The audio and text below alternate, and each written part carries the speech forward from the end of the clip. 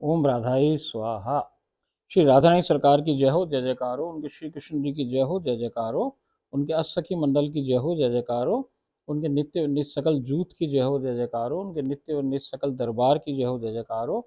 उनके नित्य और नित सकल परिकर की जय हो, जय जयकार हो। ओम राधाए स्वाहा।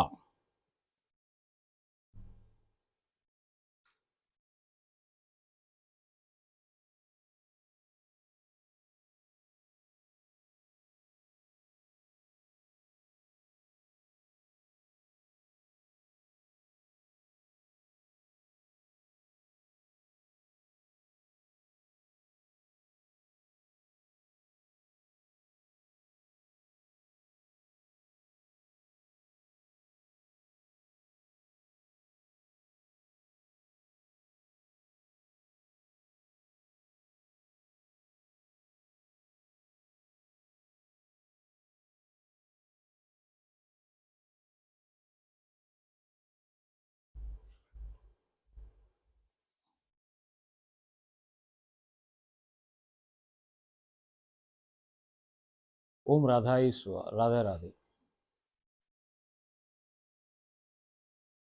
देखो सरकार,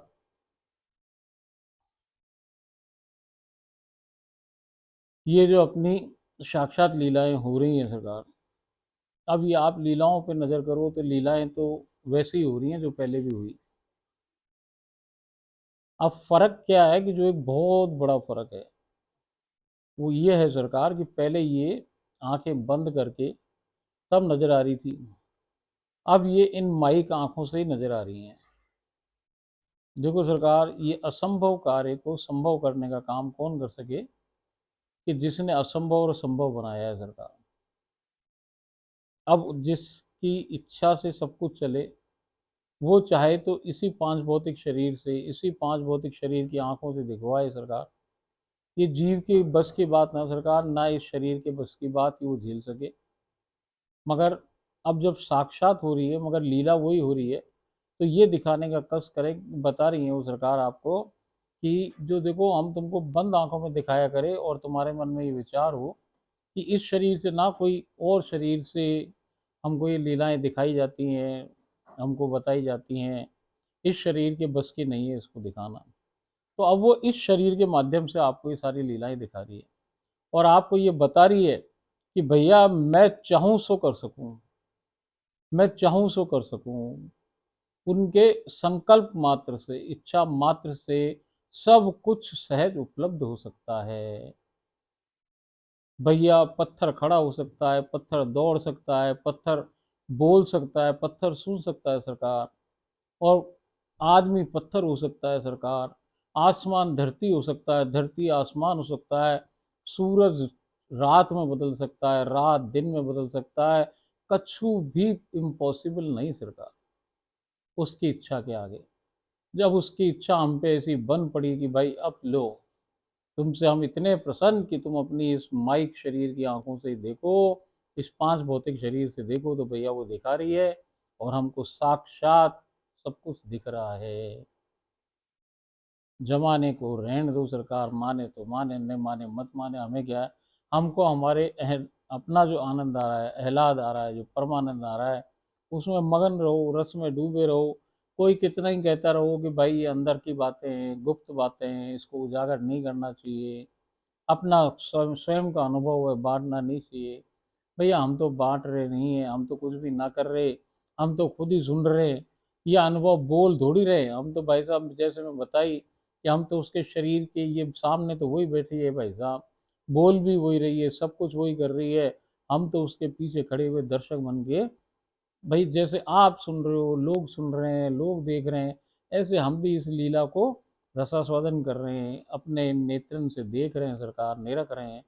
तो हमारा काम भी यही है जो आप लोगों का काम है। इसमें हमारा कोई बहादुरी, हमारी कोई भी इसमें इच्छा अनिच्छा नहीं है सरकार। हमारी महारानी बता रही है और हम पीछे खड़े खड़े सुन रहे हैं सरकार। ये सभी आप और हमारी सबकी स्थिति यही है सरकार। अब भ्रम तो फैलाने को जाने क्या क्या जगत में भ्रम है कि अपने छुपा के रखो, दुरा के रखो। अरे भैया जिसके पास कम चीज़ है वो छुपा के रखे, दुरा के रखे। जिसके पास बहुतायत में और आए जा रही है, तो भैया वो लुटाओ और क्या करेगा उसको। तो ये स्थिति को हम प्राप्त है, तो यही हमारे से करवाई रही है, वो तो हम कर रहे हैं भाई साहब। इसमें हमारी कोई बहादुरी ना। जो चीज़ जिसके पास बहुत सारी है, जो ढुल जाएगी बेकार हो जाएगी, उसको दूसरा पिए तो भैया बढ़िया है। लोगों को ये भ्रम कि साहब हम भगवान से कुछ मांगते नहीं, मत मांगो भाई। क्योंकि अभी द्वैत की स्थिति में हो, क्योंकि आपने अपने आप में एक अहम पैदा कर लिया कि मैं कैसे मांगूंगी, मैं नहीं मांगूंगा, मैं ऐसे किसी से भगवान से कछु ना मांगू। मत मांगो भाई। क्योंकि आप अलग हो, भगवान अलग है। और जब तक भगवान और आप अलग हो, तब तक भैया स्थिति वो नहीं हुई जो होनी चाहिए थी। स्थिति तो एक दिन ये आ जाएगी कि आप ही भगवान और भगवान ही आप, दोनों जब राधा बन जाएंगे सरकार, वो स्थिति में ये सब चीज़ें खत्म हो जाएंगी। अभी तो अहम बाकी है, अभी तो मैं बाकी है। कौन नहीं मांगेगा, मैं नहीं मांगूंगा। तो ये मैं कौन है, यही तो अहम है। यही पुरुषत्व है। जब तक ये नहीं मरेगा, तब तक तो भैया ऊपर वाले जो परलोक में रहे, जो नित्य गोलोक में रहे, नित्य वृंदावन में रहे, वो राधा रानी कहाँ से मिल जाएगी भाई। शर्त ही तीन है, मैं को मारो, फिर भाई साहब 100% शरणागति करो, और फिर भाई साहब अनन्य भाव ले आओ। इन तीन के बिना ऊपर वाली तो ना मिल रही सरकार। कोई नीचे जो संसार में उपलब्ध अवतारी है, वो आपको प्रसन्न हो जाए आपसे और कुछ कराए तो भैया करवाओ उससे ही। वहीं बने रहो, वैसे ही रहो, मैं को जिंदा रखो, उन्हीं के कानूनों से चलो। और भैया वो लोग तो प्रसन्न करें हमसे ही कि भैया आपको उधर की मिल गई तो आपके क्या फर्क ना पड़ा, आप भी तो बीमार हो, आप भी ये करो, आप भी आपके संग ये घटना हो, हमारे संग हो तो सबके, जैसे संसार के संग हो आपके संग भी तो हो रही है। भैया होने तो हमारे संग हो रही है, तो आपका यही पैमाना है मानने का। तो भाई इस पैमाने से मानो, हमारे अंदर तो घुस के को तुम देख ना सकोगी। और भैया जब नहीं देख सकते हो तो हमारे अंदर भीतर क्या चल रहा है उससे हम राजी। आप हमको कोई आपत्ति भी ना कि कोई हमको क्या कहे, कहो। हाँ भाई हम सब पूरे झूठे, हम झूठे, क्योंकि भाई झूठों को झूठा ही नजर आए। जो दुनिया के लोग हैं उनको सब दुनियादारी ही समझ में आए भैया। वो कपट में जी रहे हैं तो कपट में जियो सरकार। यहाँ तो निष्कपट हो के ही इधर आ पाएगा आदमी। अब इसमें हम क्या बखान करें, हमारी क्या बहादुरी बताएं।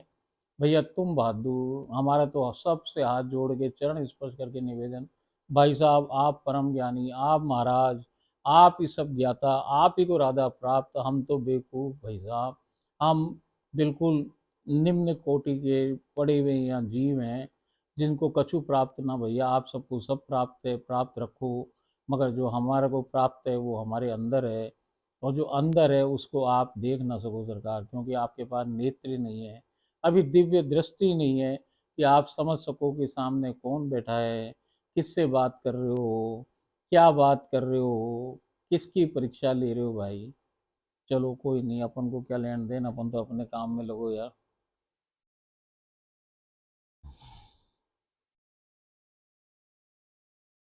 ऐसी घटना है और ऐसे प्रश्न पूछे, इसलिए मैं इतनी बकबक करूं सरकार।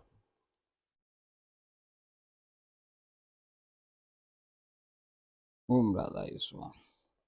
तो कल अपन को राधा रानी सरकार ने श्री लीला 130 में प्रवेश कराया। बोलो ओम नमो, ओम राधाए स्वाहा, और हाथ पकड़ो और आ जाओ सरकार। आज हमको वो श्री लीला 131 में प्रवेश करा रही हैं। आज श्री जी की मंगला 7:45 पर हुई है। वहीं मंदिर के सम्मुख अवस्थित सिंहासन पर आप श्री व उनके कान्हा विराजमान हो गए हैं। मैंने दोनों के श्री चरणों को स्पर्श कर चूमा, चूसा व चाटा है। कुछ ही समयावधि के उपरांत दोनों बाहर हॉल में सिंहासन पर बने सोफे पर विराजमान हो गए हैं। मैंने जल, पवा, चाय, बिस्कुट, नमकीन, टोस्ट इत्यादि से इसने मुख जुटवाया है, दातुन करवाया है। फिर भाई साहब उनको बाल भोग पवाया है। फिर वो अंदर जाके कमरे में बैठ गए। वहां मेरे इस जन्म के परिजनों ने भजन प्रारंभ कर दिए हैं। तभी मुझे कृपा स्वरूप श्री लीला में प्रवेश प्राप्त हुआ है। तो मैं निरख रही हूँ कि हमारा संपूर्ण इस जन्म का घर एक विशाल समुद्र जैसा दृश्यमान हो रहा है। समुद्र बन गया सरकार। अभी तक तो वो निकुंज बने, आज उनका पूरा घर एक समुद्र बन गया है जिसमें लहरें चल रही हैं सरकार। अथाह जल है।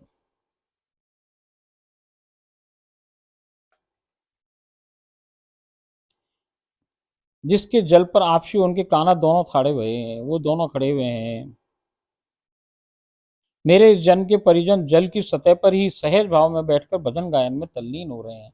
और जो भजन चल रहे हैं, इसको लग रहा है वो समुद्र के ऊपर ही बैठ के, और उसके जो सतह है समुद्र की, उसी पे बैठ करके भजन गा रहे हैं। और सामने वो दोनों विराजे हुए हैं, वो भी समुद्र के ऊपर ही हैं। जय जय में आपसी के समीप ही खड़े हुए हैं। आपसी ने अपने दोनों शिव भावों में हम दोनों को प्रेम पूर्वक अपने दाएं व बाएं हाथ में भर रखा है। और उन्होंने वो प्रियादासी को और इस गीता बावरी को दोनों को हाथ से, एक एक हाथ से अंदर थाम रखा है, ऐसे आलिंगन करा हुआ है। आपसी कृपा व करुणा के काजे हम दोनों के नयन युग में प्रेमाश्रुओं का सतत प्रवाह स्फुरित हो रहा है। और उनके जो इतनी करुणा लुटा रही है, कृपा लुटा रही है, उसके कारण हमारे नेत्रों में अश्रु धारा लगातार स्फुरित हो रही है। आपसी ने प्रथम जयजय को अपने समीप बुलाया और श्री चरणों में बैठने को कहा। आपसी जयजय के शीश पर अपने श्री हस्त कमलों को फिराकर कृपा की बरसात कर रही हैं। तत्पश्चात मेरे संग भी यही प्रक्रिया दोहराई है। उन्होंने जयजय को प्रियदास को बिठाया और उनके सर पे हाथ रख के, और वो हाथ फिरा रही हैं और आशीर्वाद दे रही हैं। इसी प्रकार फिर गीता बावरी की भी दोहराई है, फिर आप लोगों को भी दोहराई है। उसी समयावधि के पश्चात आपसी ने हम दोनों को अपने श्री चरणों के जल में डुबो दिया है, दबा कर डुबो दिया। अब जैसे हम बैठे थे, वो तो नीचे समुद्र ही तो है। उन्होंने एक पैर मेरे पे रखा प्रियादासी पे, और एक पैर गीता बावरी पे रखा, और जोर से पैरों को दबा दिया, तो हम लोग समुद्र के अंदर घुस गए हैं। डुबो दिया उन्होंने सरकार रस समुद्र में। हम दोनों आपसी के कृपा रस संधु में पूर्ण तरह डूब गए हैं। तब आपसी ने गुरु माँ, मेरे इस जन्म के पति, पुत्रों व सासू माँ को भी उसी प्रकार अपने कृपा रस सिंधु में डुबो दिया। उन सबको भी डुबो दिया सरकार। जो परिजन अभी पूर्ण रूपेण आपसी के कृपा पात्र नहीं हो पाए हैं, वे सब समुद्र की ऊपरी सतह पर ही बैठे भजन कर रहे हैं। और जो भैया उनके कृपा पात्र अभी पूरे ना है, वो भजन की सतह पे ही बैठ के, अभी जो वो समुद्र की सतह है उसी पे बैठ के भजन कर रहे हैं। मैं निरख रही हूँ कि मेरा घर गोलोक एक अथाह समुद्र का रूप ले चुका है, और बड़ी बड़ी लहरें वहां सतत प्रभायमान हो रही हैं। तभी श्री लीला में विराम आ गया है। भजनोपरांत व स्नान के पूर्व काल में हमारा अंदर वाला कमरा, अब ये दूसरी राधा के संग घटित हो, अभी दूसरी राधा की बात जो घर में है उससे हो रही है। भजनोपरांत व स्नान के पूर्व काल में हमारा अंदर वाला कमरा, जो कि अतिशय सुंदर व सुसज्जित निकुंज में परिवर्तित है, कि सुकोमल स्वर्णिम दुर्वा पर आपसी उनके काना व असखियां विराजमान दृष्टिगोचर हो रही हैं। आपसी सुमधुरतम अद्भुत व अनूठा वीणा वादन कर रही हैं, और आपसी काना उनको मृदंग से संगत दे रहे हैं। दोनों का परम अनुपम जुगलबंदी जोरों शोरों से घटित हो रही है। अब भाई साहब, वो तो वीणा बजा रही हैं और ये मदन पे ताल दे रहे हैं कान्हा जी, और दोनों की जुगलबंदी हो रही है, जिससे अद्भुत स्वर लहरियां निकल रही हैं। उस अजब अनोखी तान की सुर लहरियों पर शुक यानी तोते, मयूर, खरे, खरगोश, पिक यानी कोयल मंत्रमुग्ध हो अपने श्रेष्ठतम नृत्य प्रदर्शन का अद्वितीय अनोखे युगल को रिझाने का पुरजोर प्रयास कर रहे हैं। कुछ समयावधि के पश्चात संकेत पा मैंने रत्न मणियों जड़ित स्वर्ण चौकी पर सांप सीढ़ी का खेल सजा दिया है। और वो एक सांप सीढ़ी को खेल आए, वो भी हमारे जन्म की लड़की ने दिया था, तो वो वहां पे उसने रत्नमणियों से जड़ी जो चौकी है उस पर रख दिया है। अब उसके अंदर आप जानो सरकार 100 तक नंबर हो, एक 98 पे हो एक नंबर। अब वो कहने के बहुत से सांप हो, बहुत सीढ़ियां हो उसमें, और कर कुरा करके आदमी को 100 तक जो पहले पहुंचे वो जीत जाए सरकार। आपसी उनके काना कीड़ा के आनंद में मग्न हो रहे हैं। दोनों की ही गोटी अंततः 98 पर आ गई है, और जो दोनों की गोटी 98 नंबर पे आके रुक गई है। दोनों एक ही जगह हैं। बहुत समयावधि तक भी 2 का अंक पासा लाने में तैयार नहीं हो रहा है। अब जो 2 अंक आए वही जीत जाए सरकार। अब वो जो पासा है वो भी तो चतुर है, सहचरी है, वो भी खेल खेल रही है। वो भाई साहब 2 नंबर आने ही नहीं दे रही है, और वो पासे में 2 नंबर आ ना रहा। अंततः आपसी के पासे में 2 का अंक आ गया है, और हर बार की भांति ही आपसी विजय श्री को प्राप्त हुई है। और भैया अंततः जो हुए वही हुए, कि भैया राधा जी के 2 नंबर आ गए और वो जीत गई। और वापस बेचारो कानो फिर आ रही हो। वो हमेशा हारता ही रहे राधा रानी से सरकार। आपसी के कान्हा की पराजय पर आपसी व सखियां आपसी के कान्हा को खिजा रही हैं और हंसी ठिठोली कर व्यंग कर रही हैं। उनको मजाक, हो ये देखो फिर हार गयो, ये कान्हा तो फिर हार गया, ये हमेशा ही हारता ही रहे, ये हमारी सरकार से कभी जीत ना सके, ऐसी बात करके ये कान्हा जी को चिढ़ा रही हैं।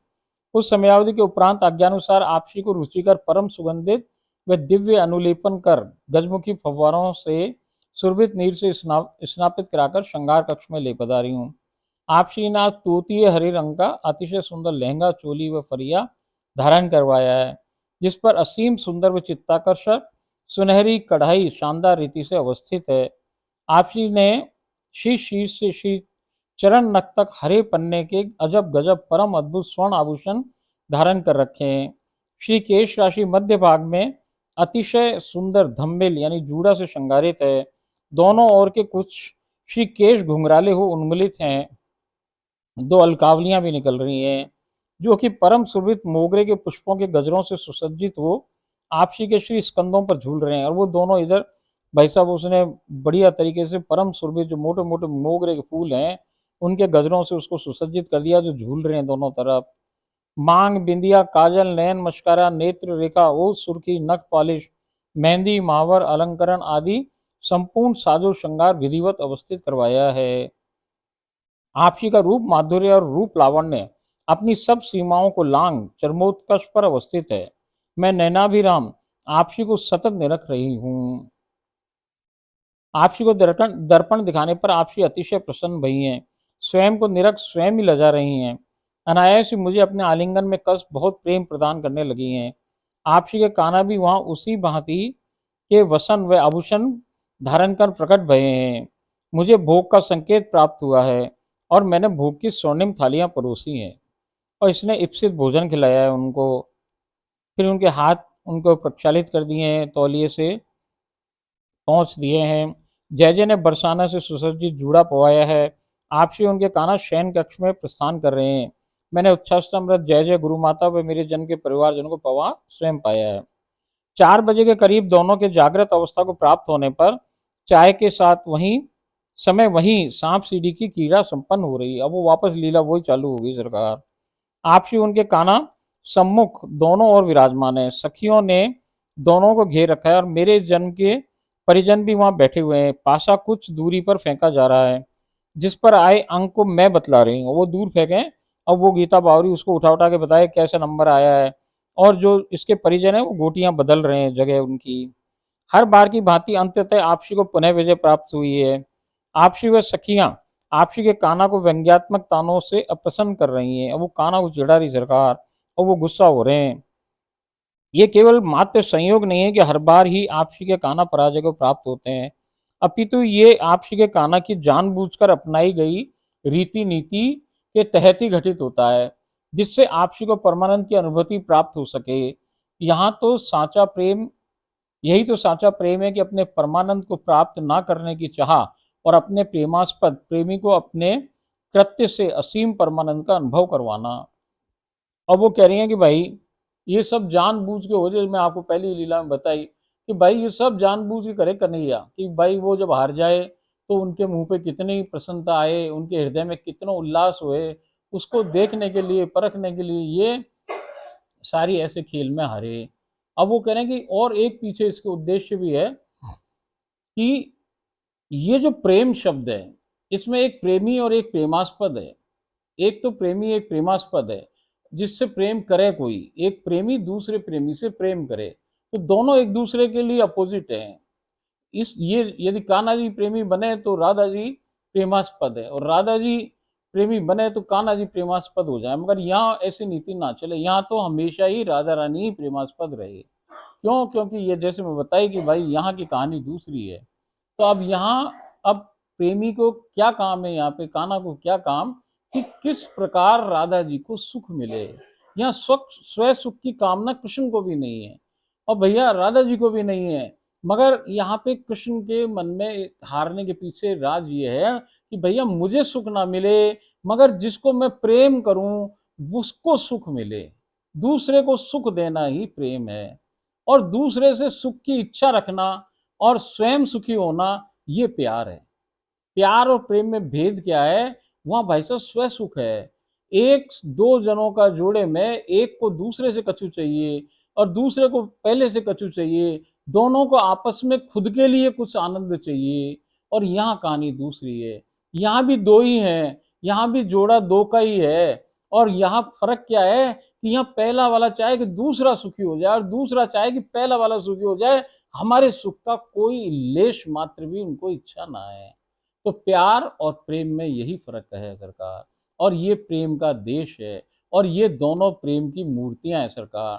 तो ये आप और हमको भी समझाएं कि भैया जब राधा से प्यार करो तो और अपने सुख की इच्छा जीरो करो, अपना सुख हमें कछु ना चाहिए, हमारी राधा रानी सुखी रहे, उनका कान्हा सुखी रहे, उनकी आठों सखियां सुखी रहे भैया, उनको सुख प्रदान करना, उनको आनंद प्राप्त करवाना, यही सहचरी का, सखी का, सबका कर्तव्य यही है, इंक्लूडिंग कान्हा जी भी यही करें। तो भैया ये कहानी यहाँ पे चल रही है।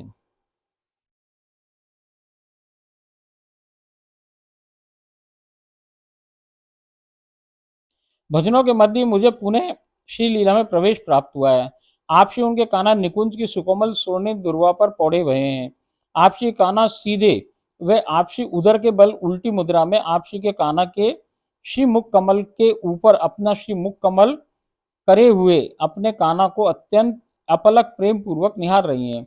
अब वो ऐसे सीधे लेटे हैं सरकार कान्हा जी, और ये राधा रानी सरकार उनके पास लेटी हैं, अपना मुख कमल दोनों हाथों से ऐसे ऊपर कर रखा है और उनके मुंह के पास आंखों में आंखें डाल के एक दूसरे को देख रहे हैं, अपलक निहार रहे हैं, एक दूसरे की आंखों में घुस जाए सरकार। और वो अथाह समुद्र है और उसमें जाने क्या टटोले दोनों एक दूसरे की आंखों, भैया आंखों में देख देख के ऐसे देखें कि सामने खड़ी सहचरी के आंसुओं के फव्वारे निकलने लग जाए सरकार, ऐसी दशा है वहां। तो ये यहाँ ऐसा प्रेम ही नहीं कि कोई शरीर का प्रेम है, यहाँ कोई शरीर की कहानी है ना। ये जो केली शेली सब करें दिखाएं, ये सब तो मैं आपको कई बार बताई कि जीव की केली को खत्म करने के लिए हो रहा है। यहाँ तो केवल वो एक दूसरे को देख ही रहे हैं भाई, और कछु ना घटित हो रहा है। और देखने भर से ऐसी जान निकल रही है सहचरी की कि मेरे प्राण निकल जाएंगे, इतना आनंद की बौछार होगी कि शरीर फटने को तैयार हो जाए, हृदय फूट जाए, ऐसी कंडीशन हो जाए सरकार वहां।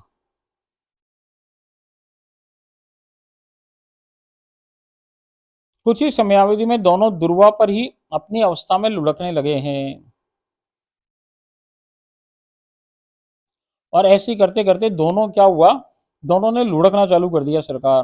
कभी आपसी ऊपर तो कभी आपसी के कान्हा ऊपर, अंत में दोनों एक स्थान पर थमे हैं। जब आपसी उनके कान्हा दोनों अपने, अब वो जहाँ पे ऐसे एक दूसरे पर लिपटते हुए और वो लोटपोट हो रहे हैं नीचे उसी जगह पे, तो भैया कभी तो कान्हा जी ऊपर आ जाए, कभी राधा जी नीचे, कभी राधा जी ऊपर और कान्हा जी नीचे, ऐसे करते करते एक जगह जाके वो रुक गए हैं।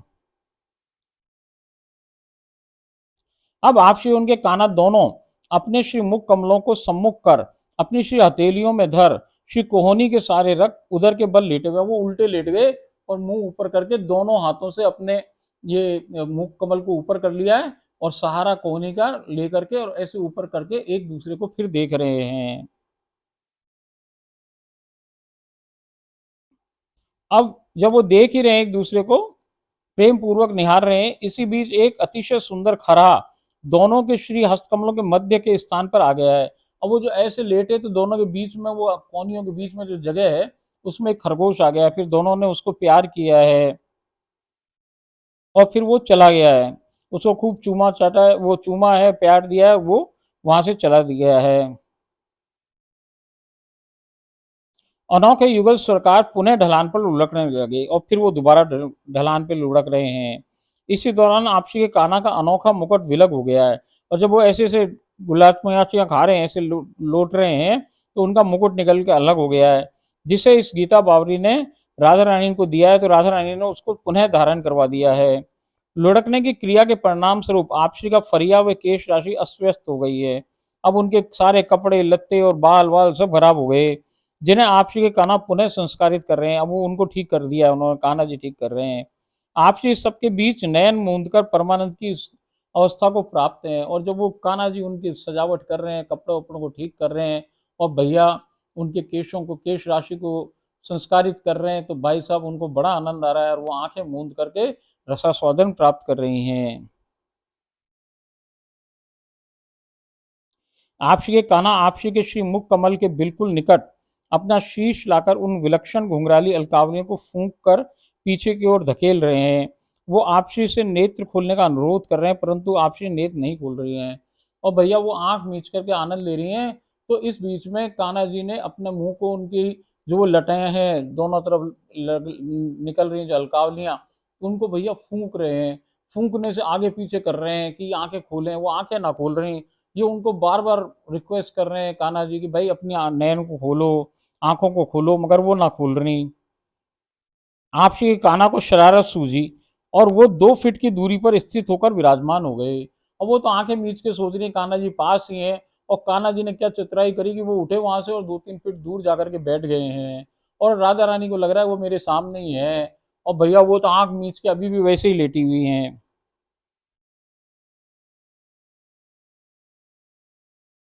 जब आपसी ने अनुभव किया कि कुछ नहीं हो रहा है, क्योंकि पहले तो वो हवा हवा दे रहे, फूंक रहे थे, छेड़खानी कर रहे थे, अब कछु ना हो रहा, तो उनको लगा कहीं क्या है। तो उन्होंने अपने नेत्रों को खोला और पाया कि उनके कान्हा तो दूर बैठे हंस रहे हैं।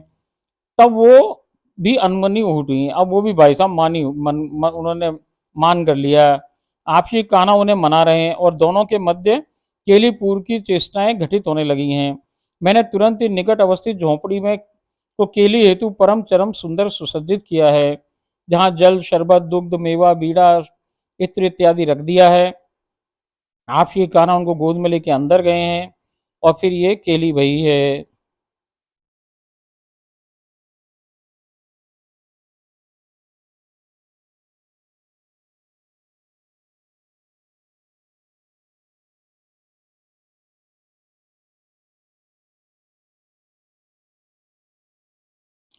परंतु वहाँ आज जो केली हुई उसमें कोई पलंग वलंग ना सरकार। आज वो झोंपड़ी थी ना, उसके अंदर जैसे अपने बाथरूमों में एक टब बाथ हो ना, पहले के टाइम अंग्रेजों के टाइम में और आजकल बड़े घरों में, वो एक बाथ टब हो अंदर। ऐसे बाथ टब तो छोटो हो, ये बहुत बड़ा सा एक टब है। टब क्या है, वो कुंड के आकार का, ये छोटा सा उस जगह झोंपड़ी के अंदर। और उसके अंदर आज केली हो रही है, सब कुछ क्रिया उसी के अंदर हो रही है सरकार। तो जब वो सब कुछ हो गया, तो वो अब राधा रानी क्या कह रही हैं।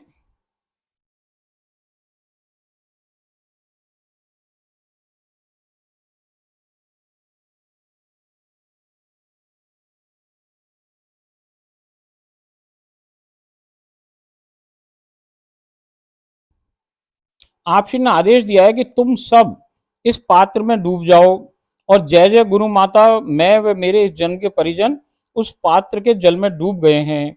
परम चरम उसी रस उसी पात्र में अवस्थित है। अब वो क्या हुआ कि भैया उन्होंने कहा पात्र में कूद जाओ तुम सारे के सारे, तो सब के सब पात्र में कूद गए।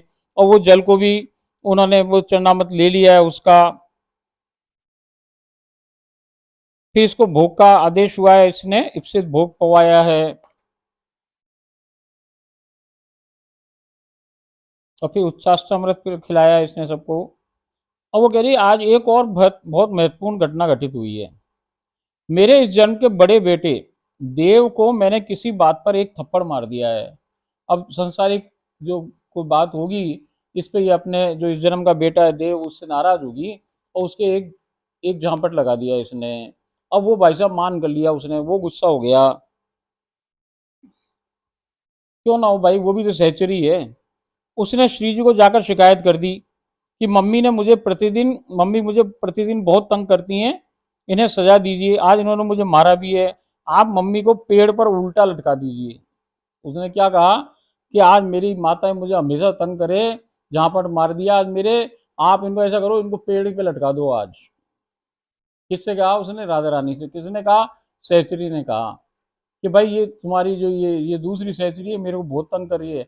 रिलेशन तो अपन ने यहाँ बना लिए, परिवार तो यहाँ बन गया सरकार की, कोई बेटा है कि माँ है।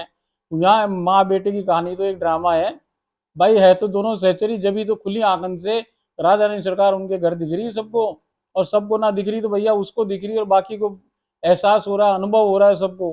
तो भैया वो सब सहचरियां ही तो हैं नित्य निकुंज की। तो अब एक सहचरी दूसरी सहचरी को मार दिया है सरकार। अब वो दूसरी सहचरी गुस्सा हो गई, उसने शिकायत किससे करी, बॉस से, राधा रानी से, कि भैया ये देखो तुम्हारी जो दूसरी सहचरी, इसने आज मुझे बहुत तंग कर रखा है, इसने मुझे झापड़ मारा है, अब तुम इसको पेड़ से लटकाओ। अब राधा रानी कैसे ना माने भाई साहब सखी की बात। और मैं देख रही हूं कि आपसी ने मुझे एक वृक्ष की टहनी पर मेरे पैर रस्सी से बांध कर उल्टा लटका रखा है। ओ भैया, उसके पैरों में रस्सी लपटी और वो रस्सी से वो पेड़ के ऊपर लटकी सरकार। अब वो पेड़ पे लटकी है, डाल पे, और उल्टी लटकी है, पैर तो ऊपर सिर नीचे सरकार। अब वो एक हाथ से रस्सी राधा रानी के पास है, उसको ऊपर नीचे खींच रही है। मैं देख रही हूँ कि आपसी ने मुझे एक वृक्ष की टहनी पर मेरे पैर से बांधकर उल्टा लटका रखा है। रस्सी का एक छोर आपसी के श्री हस्तकमलों में है, जिससे वो मुझे ऊपर नीचे कर रही है, और मैं हंस और वो खुद हंस रही हैं। मैंने देव को आवाज दी, लटके लटके आवाज दे रही है, और वस्तु स्थिति से अवगत कराया। उसे कहा, भाई मेरे को तूने लटका दिया, क्या कर रहा है? और कहा, तुम सब लोग सोच विचार कर आपसी से कुछ कहा करो। वो सबकी सुनती और मानती हैं। तब देव की प्रार्थना पर आपसी ने मुझे नीचे कर बंधन मुक्त किया है। श्री जी की लीला अपरंपार है। और ओम राधा ईश्वा, ऐसे करके लीला में विराम आ गया। अब देखो सरकार, अब वो सहचरी बात मान करके उसको लटका दिया सरकार। कौन को लटका दिया? जो अंतरंग सखी है, जो अंतरंग सहचरी है, वो उसको लटका दिया है सरकार, जो बिल्कुल पास रहे कि लटक जा। और लटक के अपने उस दूसरी सहचरी की बात पे हंस रही है, देखो तुम्हारे कहने से कर दिया है मैंने। और गीता बावरी सोच रही ये क्या हो गया, हमारे मेरे को लटका दिया गया। अब वो अपने बेटे को आवाज लगा रही है, भाई ये तो भाई साहब नित्य निकुंज है, नित्य वृंदावन है, यहाँ सोच विचार के बात करो। राधा रानी हर जगह बैठी, सबकी सुने सरकार, वो सुनते खराबी कर दे सरकार, वो पूरा डिसीजन ले ले सेंचुरी के लिए। तो भैया बड़े सोच समझ के बात करो, वरना आपकी सारी बात सत्य हो जाए सरकार। ये मैं पहले भी दो चार लीला में कही कि अब अपने घर, जिस घर के अंदर राधा रानी सीधे हाथ पे बैठी हुई है सरकार, कान्हा जी उल्टे हाथ पे बैठे हुए हैं, सारी की सारी आठों सखियां वहां बैठी हुई हैं, और उस जगह कोई देवी देवता ना है सरकार, तो वो घर नित्य निकुंज बन चुका है। आपके प्रयास से नहीं, वो ऑटोमेटिक ही बन जाए सरकार। अब उस घर की सारी स्थिति वही है सरकार, जो नित्य वृंदावन नित्य गोलोक की है। तो भाई साहब वहां जो बात भी करो संभल के करो, क्योंकि वो सच का देश है। यदि आपने झूठ में भी कोई बात ऐसी कर ली, मजाक वजाक की, भैया जाने कब कौन सी बात सच कर दे राधा रानी। इसलिए अपने अपने घरों में बैठ के सत्य बोलो भाई, बढ़िया बोलो, अच्छा बोलो, किसी के लिए खराब ना बोलो। क्या मालूम कब किसके संग क्या घटित कर दे वो सरकार। इसलिए आपस में सहचरियों को भी ध्यान रखना चाहिए, राधा रानी के भक्तों को भी ध्यान रखना चाहिए सरकार, कि किसी पे इतनी कपट से और इतनी बदमाशी, अपनी दिमाग की कुबुद्धि से भैया किसी का खराब करने की कोशिश ना करोगे, क्योंकि कब जब तुम्हारा खराब कर देगी राधा रानी, ऐसा करेगी भैया कहीं का न छोड़ेगी, पेड़ पे लटका के छोड़ देगी सरकार।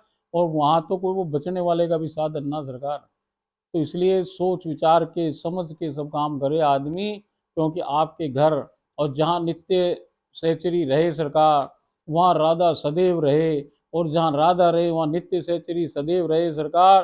तो अब तो आपके घर की भी बात ना है, अब तो जहाँ आप डोलो फिरो, जिस जगह कोई बात बोल दो भाई साहब कब सच हो जाए, विश्वास मानो, आपकी बात बिल्कुल 100% सच कर दे राधा रानी सरकार। और आप अपनी आंखों से देखो, लो मैंने ऐसा बोल दिया और ये लो घटित हो गया। इसलिए भैया सोच विचार के काम करो, सब कुछ। बुद्धि बुद्धि को तो अपन ने फेंक ही दिया था काट के गर्दन से, अब तो विवेक है और चित्त है, इन दोनों से खेल खेलो सरकार। वो सब संसार की विषय वस्तु थी, जितना बुद्धि चलानी थी चला लिया, जितना काम उधर करना था कर लिया भैया। इधर ना तो बुद्धि का काम है, बुद्धि का प्रवेश ही ना है यहाँ पे भाई साहब, ज्ञान का प्रवेश ही ना है, आपकी चतुराई का प्रवेश ही ना है, आपके कपट का प्रवेश ही ना है भैया। ये देश ही दूसरा है, बातों को समझ जाओ, नहीं समझो तो भैया मरण दो यार, ऐसे लोग अपन क्या करें। ओम राधाई स्वाहा। अगली लीला में कल मिले, जब तक के लिए लीलाओं का आनंद लो सरकार।